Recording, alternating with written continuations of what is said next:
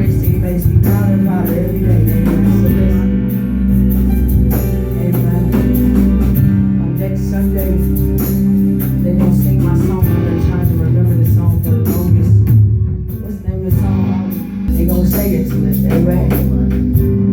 So we're going to get ready to move our praise team to another dimension decently and in order. Amen. Let's get ready to go to the Word. Amen. Pastor doesn't know how much vocals I got left in me. Amen. Just might have a little bit for you. Holler for me, I'll holler back. From a shaman, sorry. I'm trying to tell you, but I'm trying to tell you, Jesus. Lord, let's go to Judges, the 7th chapter, 1 through 7.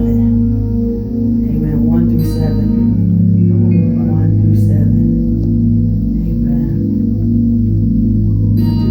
Judges 7th chapter 1 through 7. Minister Kendall, are you ready to read for me, sir? Amen. The Jerubbaal, Gideon, got up early the next morning, all of his troops right there with him. They set up camp at Harod Spring. The camp of Midian was in the plain, north of them near the hill of Moriah. God said to Gideon, "You have too large of an army with you. I can't turn Midian over to them like this. They'll take all the credit, saying I did it all myself, and forget about me. Make a public announcement. Anyone afraid, anyone who has any qualms at all may leave Mount Gilead now and go home." 22 companies headed home. 10 companies were left. God said to Gideon, "There are still too many. Take them down to the stream and I'll make a final cut. When I say this one goes with you, he'll go. When I say this one doesn't go, he won't go." So Gideon took the troops down to the stream. God said to Gideon, "Everyone who laps with his tongue the way a dog laps, set on one side. And everyone who kneels to drink, drinking with his face to the water, set to the other side. 300 lap with their tongues from their cupped hands. All the rest knelt to drink." God said to Gideon, "I'll use the 300 men who lap at the stream to save you and give Midian into your hands. All the rest may go home." All the rest may go home. Go back, Quentin. One more, son. One more.